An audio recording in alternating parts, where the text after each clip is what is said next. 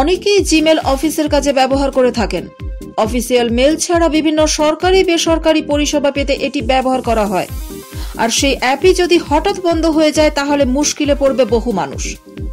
Google অতীতে বেশ কয়েকটি অ্যাপ বন্ধ করে দিয়েছে, আর সম্প্রতি একটি পোস্ট ভাইরাল হয়েছে।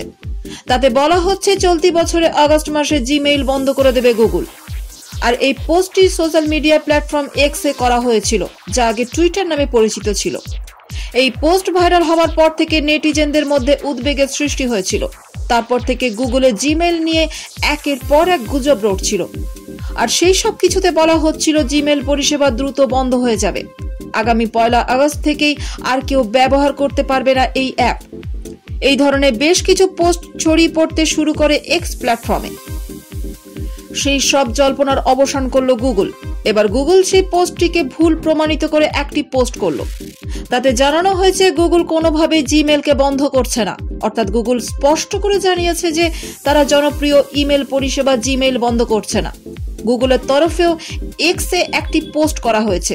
তাতে টেক জায়ান্ট কোম্পানিটি লিখেছে ইজ হিয়ার টু স্টে, অর্থাৎ গুগল থাকার জন্য এখানে এসেছে। আর এই পোস্টে স্পষ্ট যে গুগল বন্ধ হচ্ছে না। এর কারণ হলো গুগলের একটি নির্দিষ্ট ফিচার বন্ধ হয়ে যেতে চলেছে, যা হলো HTML ভিউ ফিচার। গত বছর অর্থাৎ 2023 সালে সেপ্টেম্বর মাসে এই নিয়ে ঘোষণা করেছিল গুগল। বলা হয়েছিল এই ফিচারটি 2024 সালে জানুয়ারি মাস থেকে বন্ধ করা হবে। কিন্তু তার আগে জিমেইলকে কেন্দ্র করে এমন ভুয়ো খবর চারিদিকে ছড়িয়ে পড়তে শুরু করলো। তবে এখন আর চিন্তার কোনো কারণ নেই, জিমেইল বন্ধ হচ্ছে না।